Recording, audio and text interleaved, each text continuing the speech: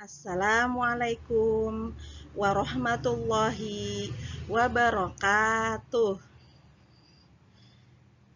Alhamdulillahirabbil alamin. Pada kesempatan kali ini kita bisa berjumpa kembali di dalam mata pelajaran Pendidikan Agama Islam dan Budi Pekerti. Baiklah, pada pertemuan kita kali ini kita akan membahas tentang iman kepada Rasul-Rasul Allah Subhanahu wa Ta'ala.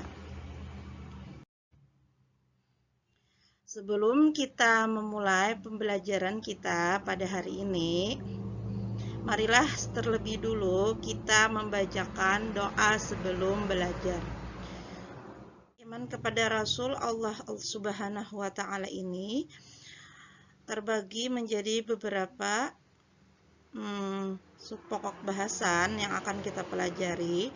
Yang pertama, tentang pengertian iman kepada Nabi dan Rasul. Yang kedua, hikmah diutusnya seorang Rasul dan Nabi. Yang ketiga, jumlah Nabi dan Rasul. Yang keempat, sifat-sifat Rasul dan Nabi. Yang kelima, tugas para Rasul. Dan yang keenam, bukti-bukti cinta kepada Rasul, serta yang terakhir adalah buah keimanan kepada para Rasul. Iman kepada Nabi dan Rasul termasuk rukun iman yang keempat. Kemudian yang kedua adalah meyakini sebagai orang terpilih, menerima wahyu dan menyampaikan kepada seluruh umat manusia. Yang ketiga, Nabi dalam bahasa Arab yaitu Naba. Yang keempat, Rasul dalam bahasa Arab yaitu Irsal. Keempat, membenarkan berita-berita yang sahih dari para Nabi dan Rasul. Dan yang kelima, mengamalkan syariat Nabi. Kemudian alasan harus meneladani si Rasul-Rasul Allah Subhanahu wa Ta'ala. Yang pertama, para Rasul Allah Subhanahu wa Ta'ala sebagai rahmat bagi alam semesta.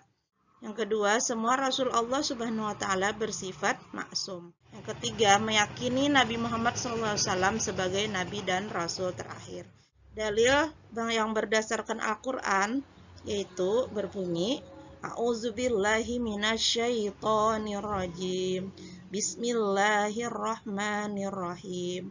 Al-yawma akmaltu lakum dinakum wa atmamtu alaikum ni'mati wa raditu lakumul islam dina.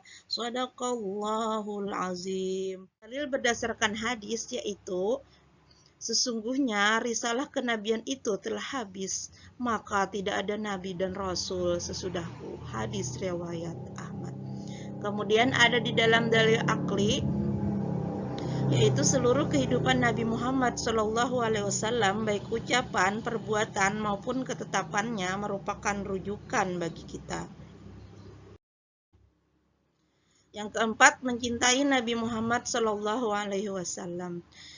Mencintai Nabi Muhammad SAW adalah suatu keniscayaan dan menduduki peringkat paling tinggi setelah kecintaan kepada Allah Subhanahu wa Ta'ala. Hikmah diutusnya seorang Rasul dan Nabi.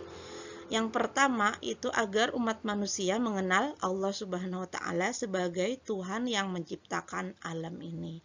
Yang kedua, manusia mengenal dengan tepat dan siapa Tuhan yang sebenarnya. Itu ada sebuah hadis dari Abu Dzar. Ia bertanya, wahai Rasulullah, berapa tepatnya jumlah para nabi? Nabi SAW menjawab, 124.000 orang. Dan berapa jumlah Rasul? Nabi SAW menjawab, 315 orang. Sifat Rasul dan Nabi, yang pertama, sifat Rasul yaitu sidik. Sidik artinya adalah benar. Apa yang disabdakan oleh Rasul dan Nabi itu adalah benar dan dibenarkan kata-katanya. Yang kedua adalah amanah, yaitu dapat dipercaya, yaitu melaksanakan hukum-hukum Allah Subhanahu wa Ta'ala dengan benar dan tepat. Yang ketiga adalah tabligh. Tabligh yaitu menyampaikan.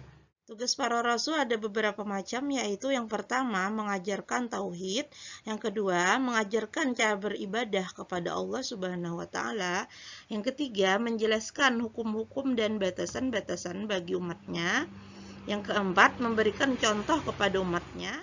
Bukti cinta kepada Rasul ada beberapa macam, yaitu nilai yang dapat diterapkan di dalam mengimani Rasul-Rasulullah ini.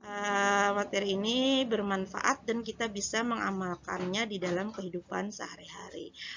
Mudah-mudahan di lain kesempatan kita bisa berjumpa kembali. Wabillahi taufiq wal hidayah. Wassalamualaikum warahmatullahi wabarakatuh.